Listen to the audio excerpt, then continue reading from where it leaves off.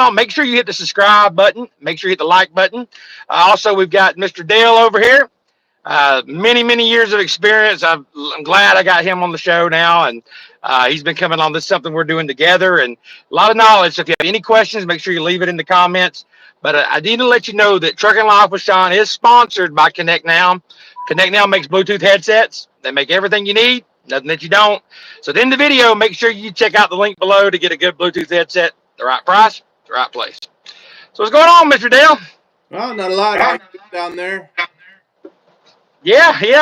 You want to introduce yourself for the people that maybe didn't get to see you last week and tell them a little about yourself while we're waiting on Joe?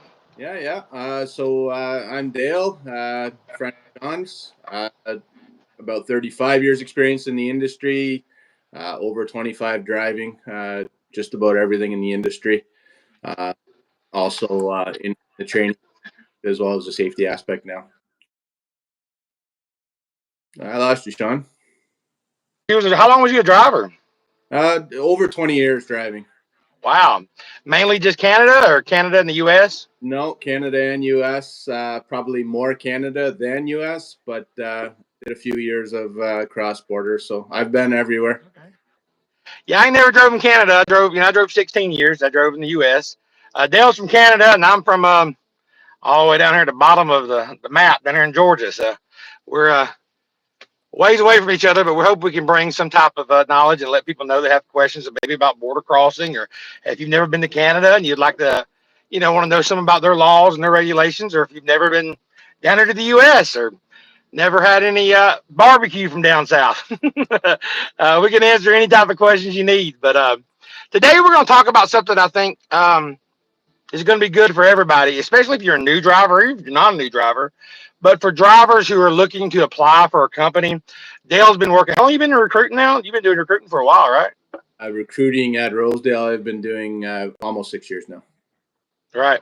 So he's seen a lot of drivers. So in this, he's going to try to tell you a little bit what's going on, trucking one bite at a time. Oh, that's Joe, ain't it? Yeah, it's Joe. He says send it again. So let me see if I can send in that link again. They'll be removed. We'll do that. We're new to this, y'all, so bear with us. It says they'll be removed immediately, but your stream will still be live. If I add him, I guess it will take you away. It looks like. I'm not sure. It should be on your phone, Joe. I already sent it to him, so he should have it. If I send it again, it says it ended the live stream. Anyway, if not, we'll have to pick you up on you at the end again, Joe, I guess. Sorry about that. We'll have it right next week. We've got some new software that we're going to be using with our laptop, so all of us will be on screen, and we're going to be able to bring different guests in. So this podcast thing is something that we're just now starting. If y'all are interested in it, you like it, let us know in the comments. So we're going to go by whatever y'all want and whatever kind of stuff y'all leave in the comments. But Dale wanted to talk to you a little bit about recruiting and what companies look for in a driver. You want to go ahead and talk about that in a minute, Dale? Yeah. I think we face the same issues up here as down there, or a lot of the same issues. Back in the day when I started driving, I was the son of a father that drove, and he was the son of a father that drove. So we've got I'm third generation driver. Own trucks. They did a gambit of things, and that's kind of how the industry used to be.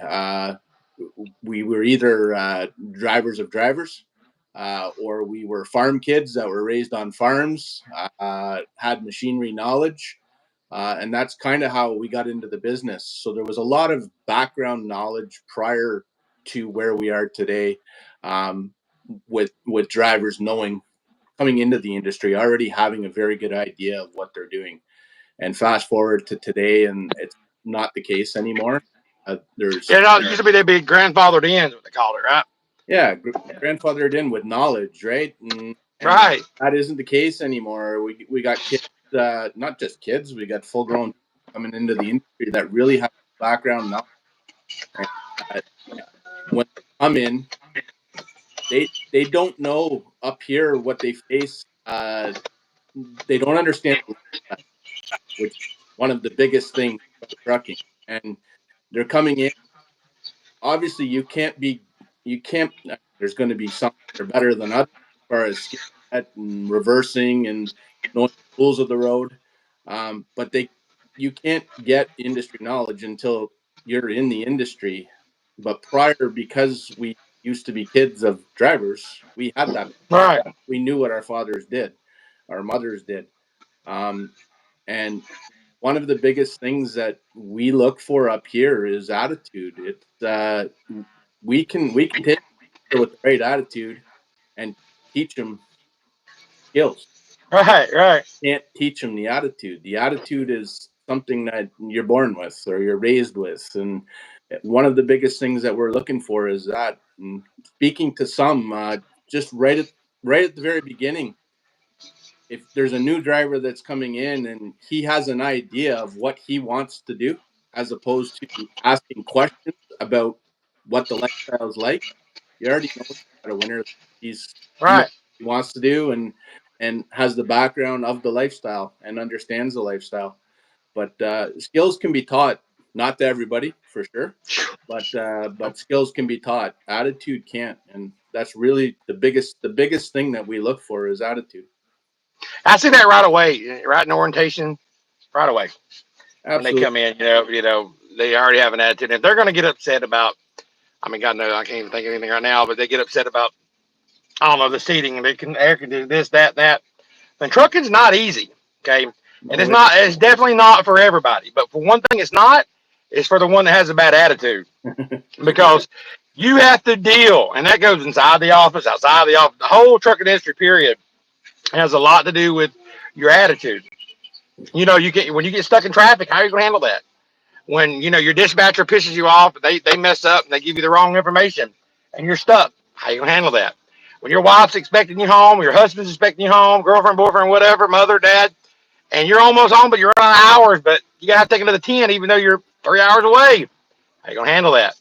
How are you gonna handle breakdowns? All this matters, and it's all about your attitude, like you were saying, and your mindset of what you let bother you. So if you let stuff bother you like this and you've got the attitude, this might as well go ahead and just, if you think it's gonna be all out here peace and roses, you're gonna be just driving, listening to music. And for a lot of part, it is very peaceful, but you're gonna deal with circumstances that you did not plan. It's gonna happen, and when those circumstances arise, that's what's gonna make or break you from the next traffic. That's the driver that don't make it. I laugh sometimes because lots of times you talk to people that haven't driven, and they think that I used to get asked a lot, how do you just drive for hours and stay awake? I said, I get asked that all the time. people think that you're driving and not doing anything. When you're driving, you're making thousands of decisions every hour. It's Yeah, yeah. your mind is constantly on. It is peaceful when you learn how to make it peaceful, but you're constantly making decisions. You have to be a decision maker to be a driver, uh, and you have to make the right ones. It's critical. It's life and death sometimes. Which decision you make, whether it's going to be right or wrong, could be life or death, and not just for you, for other people. Um, Right. those are the skills that we can over time we can train and teach.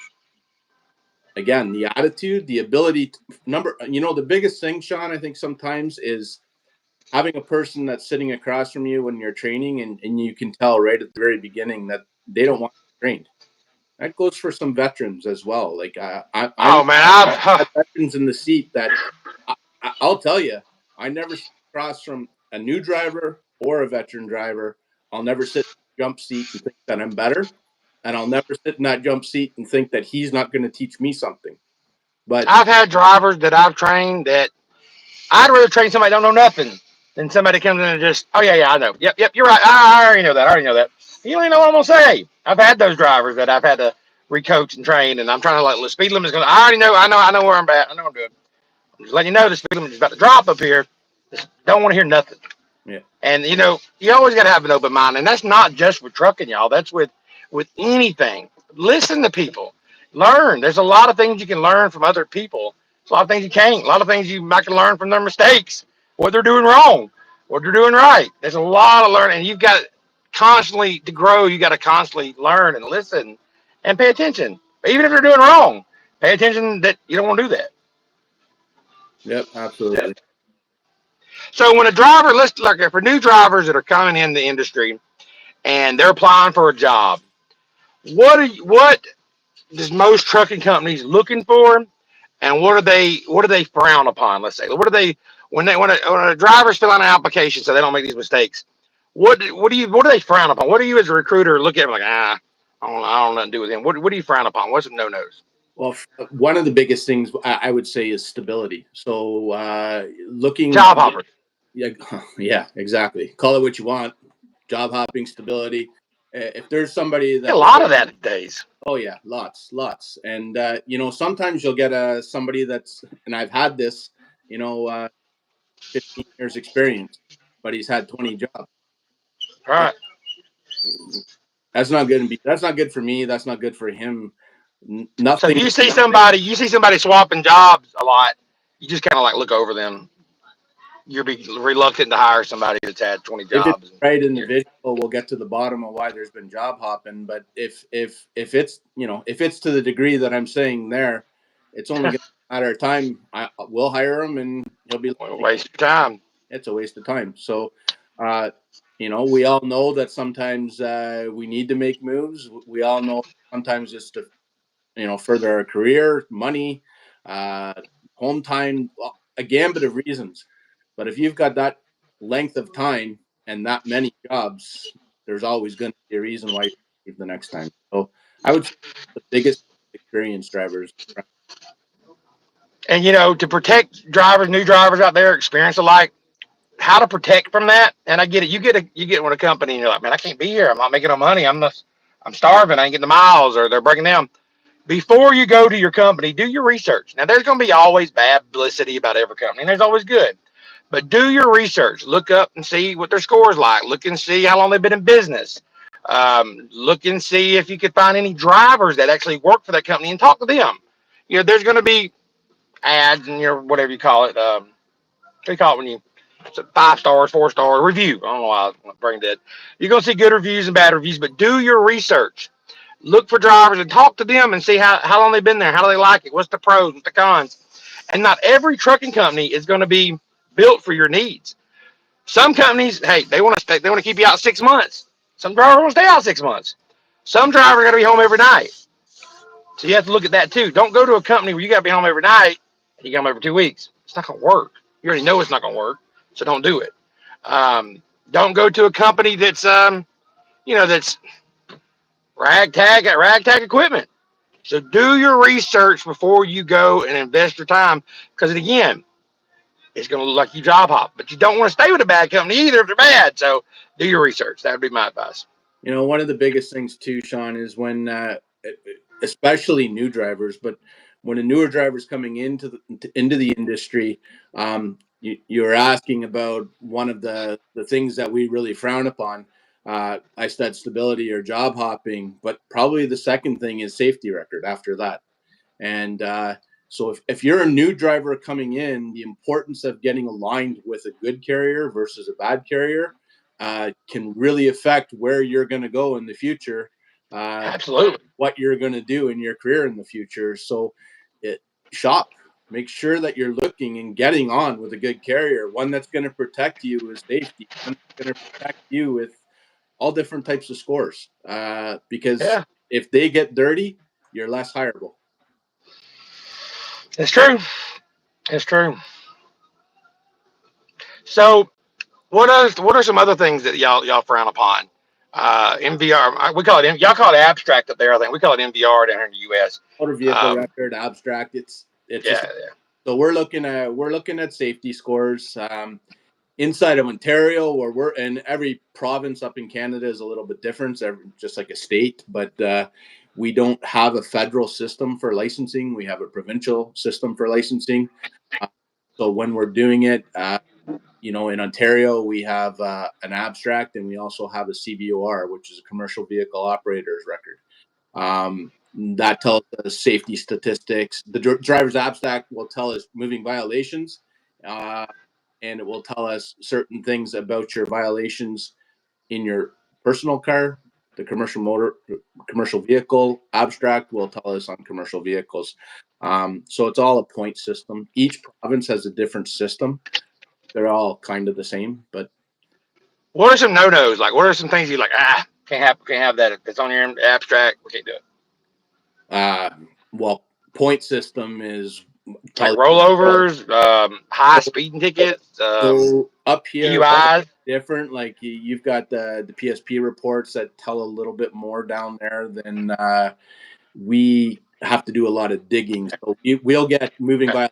violations on it. We won't get a lot of Uh, say rollovers. So we do a lot of behind the scenes vetting oh wow. drivers to make sure through carrier records.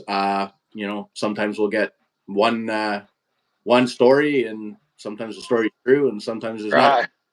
We have to do Right. thinking that way. So like high speeding, like 20 miles over, is that bad for you? Like, is that a deal breaker? So 20 miles an hour over here would be I do kilometers there. It's so different. They do kilometers. We do. it's I don't know the difference. I don't know how to divide the difference. but that'd be a 4-point ticket up here. That's past the threshold of a lot of carriers. So Right. that would put us past our threshold. We wouldn't be. So that being said, drivers, if you get any ticket out there, I highly suggest that you don't pay the ticket. You're like, what do you mean don't pay the ticket? If you get any ticket and you're in a commercial truck or in your personal and you hold a CDL or commercial driver license or plan on getting one, no, don't pay the ticket. Either hire you a lawyer or go talk with solicitors. It's called a solicitor down here, DA, whatever you want to call it, and throw your mercy and say, look, I got a commercial driver's license. I need help with this. Like, if I did wrong, and you'll be surprised of what gets thrown out down here. I don't know how it is up there, but what the judge will have mercy on you. You can pay an attorney. That helps too. CDL Legal is a good company if y'all want to try them out. That's I recommend a lot of people that company. But I got a guy that was driving, and he was doing 90 to 70 in a rental car, 20 miles over, super speeder, in the rental car, Rosedale rental car, coming back up here. Got a ticket. He went to court and said, look, I just got this job. I don't want to lose it. I need the help. I got my CDL. And the judge changed it to a faulty odometer, charged him $1,000 fine, no points on his record. So, I mean, if you pay the ticket, you're automatically going to get the points. I'm not saying skip court, but go down there and at least throw your mercy in the court and see if you'll be surprised, but they'll lower it for you. Most of the time they will. They just want that. Yeah, much the same up here. If you get a ticket, fight the ticket. That's Yeah. And generally, it's the same here. So if you appear and fight, they'll generally, again, depending on how big the ticket is and points it represented, but generally they'll move it down to either a non-pointable offense or reduce the points and call it something else. You'd be surprised how many people don't know that. They don't know that. And that's why we're doing this podcast and doing this is to educate drivers and to help them succeed. Like we're here to help you. You can email us. Y'all have my email on my channel. You can send me a message. Follow me on Facebook. You can send me messages there, Trucking Life with Sean. But we're here to help you. We're here to help you grow and to help you succeed. But there's just a lot of false information out there, and that's what we're going to try to do every Sunday is try to bring y'all some good intel and good information to help you succeed. This is not about advertising on this channel. We're not trying to recruit on this channel. We're not even really talking about the company we work for. We're just trying to give you good educational stuff to help you succeed. You're spending all this money to get your license, just throw it away. It sucks. I know you're here trying to provide for your family and, of such. So, and like I said, Dale's been in recruiting. I ain't in recruiting, so he gets to see a lot of that. But so what about let's talk about DUIs and failed drug tests. So a little bit different up here. So if you're a driver that is going to be crossing into the U.S., somebody just asked it. How does Canada deal with SAP drivers? Yeah. Somebody just asked that question. We don't. So if you fail a drug test, depending upon how you failed it at the beginning, it's not hireable. And if you fail after, you would have to go through a program. That they have here. But generally, if you're crossing the U.S., you can't fail the drug test. Right, right. Now, so down here we have SAP. Go ahead. Yeah, within Canada, it's a little bit different. We still pre-employment test, but the rules and regulations in Canada are a little bit different. So if you're within Canada, there's legalities that you're still okay. There's Right. no issues as long as you're not crossing federal borders. Okay. Okay. So down here, we have what they call a SAP program. So if you fail a drug test, which is drives, you don't want to fail a drug test. If you're going to do drugs and drive a truck, don't do it. I can give you 1,000 reasons why. It don't matter if it's just marijuana. Okay. I know a guy, and there's an article I posted on my channel. He got 45 years sent to prison for smoking marijuana. He wasn't doing it in the truck, he says. He said he did it on his vacation. He come back, got in an accident, killed some people. They found marijuana in the system, get 45 years in prison. And it happens. So if you have a problem with drugs, get help before you get in this industry. Don't try to get out here and then quit later because, just because you're clean now, you could hurt somebody. It's not just about the drug test. It's about somebody's mama, somebody's son. These are 80,000-pound missiles we're driving out here. That's really what it is. So if you have a problem, get help before you come into this industry because I'm telling you, this industry does not like failed drug tests. And if you hurt somebody, you're going to go to jail. I mean, you're going to end up going to jail and cost your company a lot of money and yourself too. But they do have a program here, or if you do fail a drug test, it's called the SAP program. You pay money, you go through this little program. I don't know a whole lot about it, but then you have to take so many drug tests to go back to work. But bottom line is you don't have to do all that because it's going to cost you money, time out of your pocket. That ain't no good. All right. But anything you want to add to that, Dale? No, that's pretty much the same here. And I was going to talk to Joe about this too, but one thing that drives me nuts is the training that's down here. And I don't know if y'all have what kind of schools y'all have up there, but we have to do. It's mandated in the U.S. that everybody has to go to a truck driving school. Your grandpa can't teach you no more. Your dad can't teach you no more. You have to go to a mandated truck school. But not all of them are good schools. Some of them are not. They get mandated, get money from the government, and there they go. But I have so many drivers that I was trained that came from schools, and they didn't know how to slide tandems. They don't know how to weigh your truck. They don't know how to. They don't know nothing. They just teach you to pass that test, and that's about it. You pay the money, that's it. So you're not a truck driver just because you got a CDL. Luckily, the company we're at here at Rosedale, we have a program we send you through with coaches, and we actually teach you to be a truck driver. But then you've got these other companies, and I'm not naming names, but I had other people come and tell me that they'd go out and they would team drive right out of school, and their trainer would be back in the back.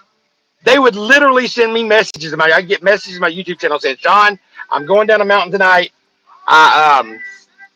My trainer's never taught me how to go down a mountain, but I'm gonna be going down a mountain, and he's gonna be asleep. Can you help me?" And I'm like, "Well, you got a trainer with you? He's gonna be asleep." Me as a trainer, I wouldn't be in the back going to sleep with some new guy driving down a mountain. Would you, Dale? I wouldn't sleep with it.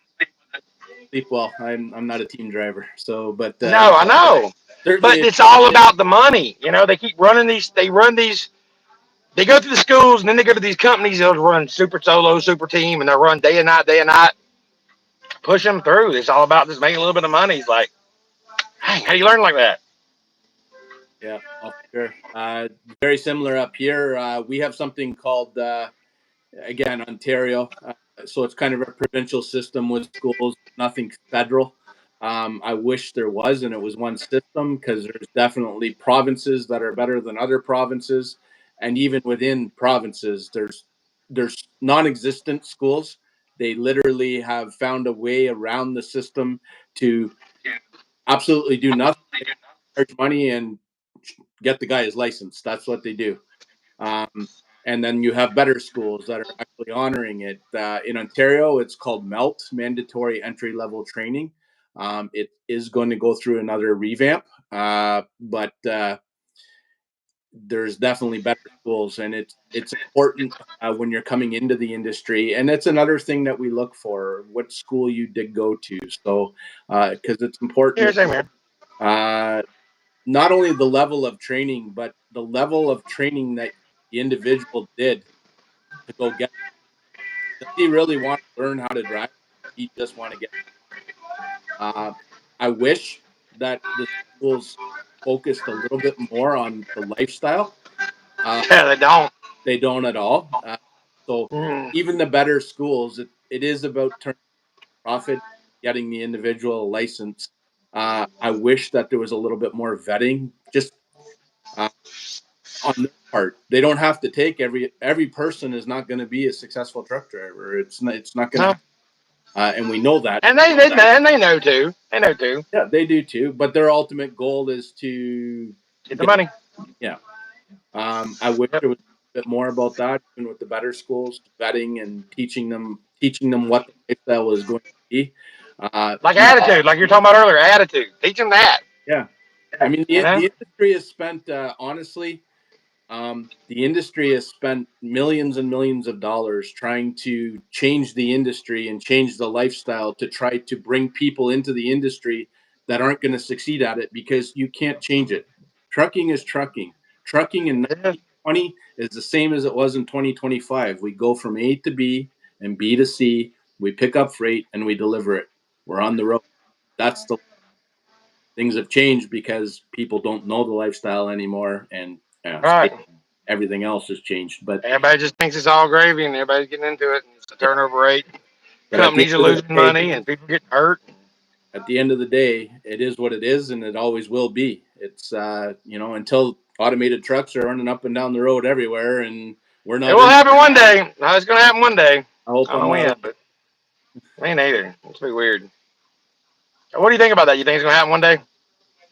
I think you'd be a fool to think that it isn't at this point in time. But It's going fast. yeah, yeah, Definitely going fast. But yeah, so one day I want to do that. I don't know if I ever told you that, Dale, but my ultimate goal is to open up a CDL school one day. Um, I wanted to get the channel built up really good and Facebook channel brought up really good so I can bring people from everywhere and have a little place and teach them truck driving, not just how to get their license, but teach them truck driving, and that's the ultimate goal. And I'm gonna do that too one day when the time's right. Any time ain't right yet, but when it does, I'm gonna definitely do that. Definitely. yeah. We're very successful at it, and again, teaching the lifestyle is such a huge part. It's huge. And, Right. you're taught from somebody that teaches you that, your odds of succeeding are going to be a lot better than just they use the term steering wheel holders, and there's trainers that steering wheel holders, and that's a sad part. Yeah, and you got trainers, new people actually becoming trainers. Been out on the road 2 months, now they're the trainer. 3 months, they're the trainer. Rookies teaching rookies. It's sad to see it all the time. But I don't understand why major carriers do that. I mean, is it just it's okay for them to do that? How do they see that's okay? And I'm not naming their names, but there is major carriers that do that and will just push drivers through, and I don't care if they make it or not. They just run teams. I don't see how that's okay. How's that allowed? We're going to mandate schools. Why don't we mandate something on that? Like, how do they get away with that? I don't know. Just the whole thought of some of the things that happen are just how do you take a brand new guy out of school, and there's carriers that don't give training. They just, oh, you've got your commercial license, here's a $250,000 and $1 million load, and we hope you make it. Like, I don't understand that. I don't either. So I'm gonna go through some of these comments we got here. So it says, let's see. William Crawford said, "What's up, truckers?" Gen X said, "Hey guys." Jay Z said, "Hi, Sean. What's up, buddy?" Um, William Crawford said, "The industry is clogged, full of wheel holders, and not enough truck drivers." Okay. Cruising Sweets and Treats. He's been following my channel for a while. I think he's from California. He says, "Good morning, y'all." Rob Jensen. I trained Rob a while back. He actually met me on my channel. Followed the channel for a little bit, and then called into Tina, come to Wardsdale. But originally he wanted to get into hazmat, and he wanted to do that. So he wanted to get his experience. So he came here for a year. I trained him. He was a great driver. We missed you. We miss you, Rob. But once he got his year, he went on and did what he wanted to do, be home every night. And he lives up in the Washington, D.C. area. Let's see. Who else got here? Gen X says, so true.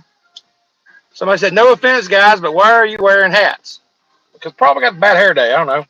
I don't have probably why. Anything out there? Yeah. Furrow Trucker said, how's Canada dealing with SAP drivers? We talked about that a while ago. How does it work for a U.S. truck driver to drive in Canada? You don't know. One thing I've never drove up in Canada, but I know there's a difference in the reset break. We have a 34-hour reset. If you do drive in Canada and come back, you have to take a 36-hour break. Is that correct? Yeah, that's correct. Hours of service is a little bit different. Obviously, you have to be legal within the country you're driving. It doesn't matter if we're there or you're here. If you're in, but you're almost always legal on the U.S. hours of service when you're, or sorry, on the Canadian hours of service. Let me make sure I Hey, go ahead. way.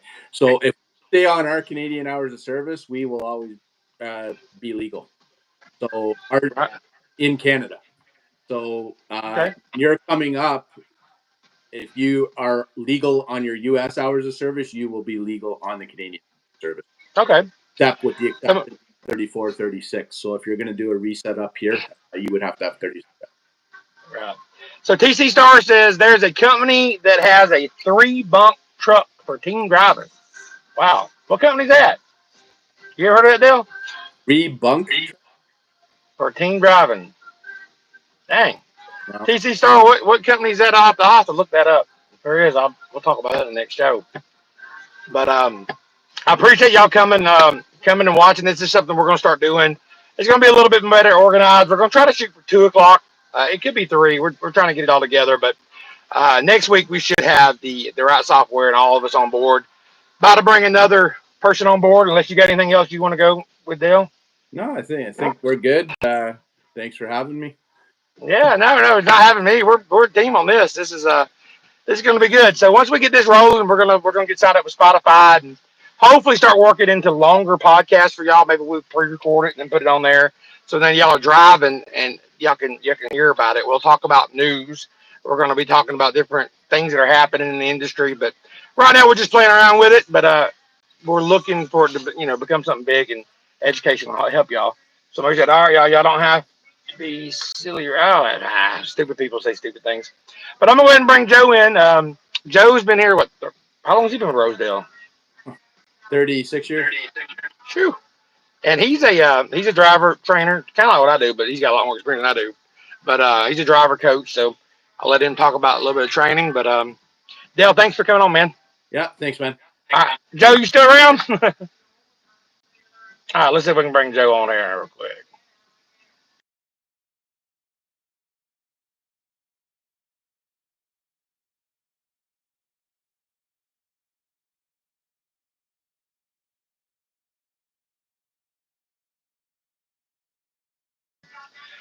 We'll see if that works or not. I'm gonna try to bring Joe in and see if he can get added on here real quick. But somebody said CR England. That's the one that does it. Wow, that's crazy. Let's see. I don't know, Joe. I guess it's not working, buddy. Let's see. I'll try one more time to send you the link. If not, we'll call it a day here.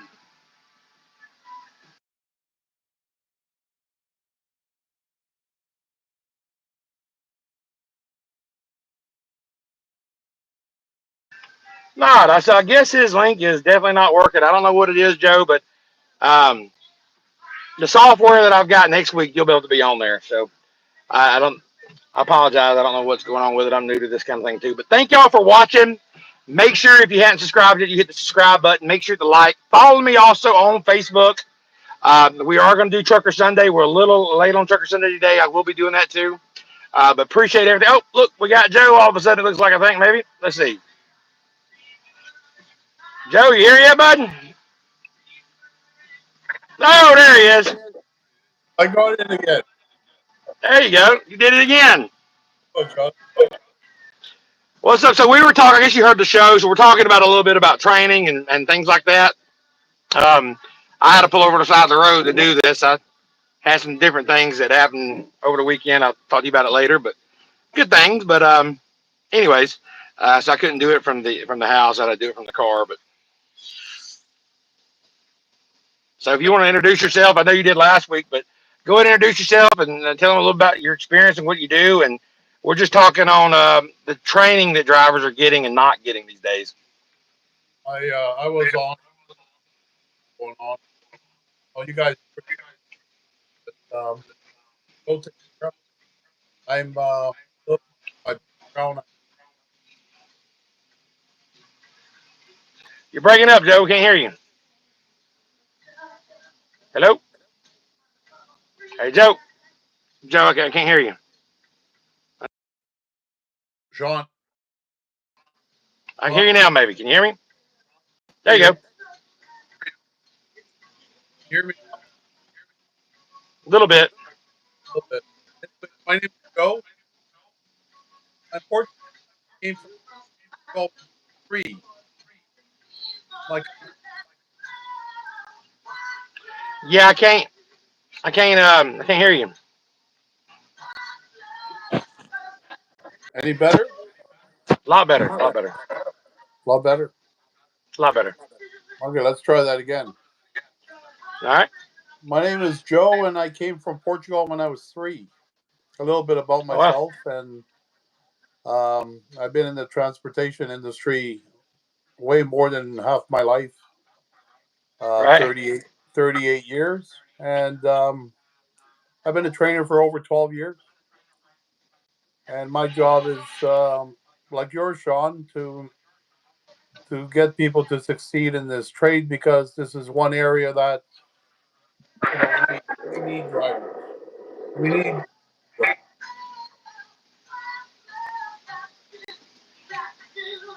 I think I lost your sound again, Joe. Can you hear me?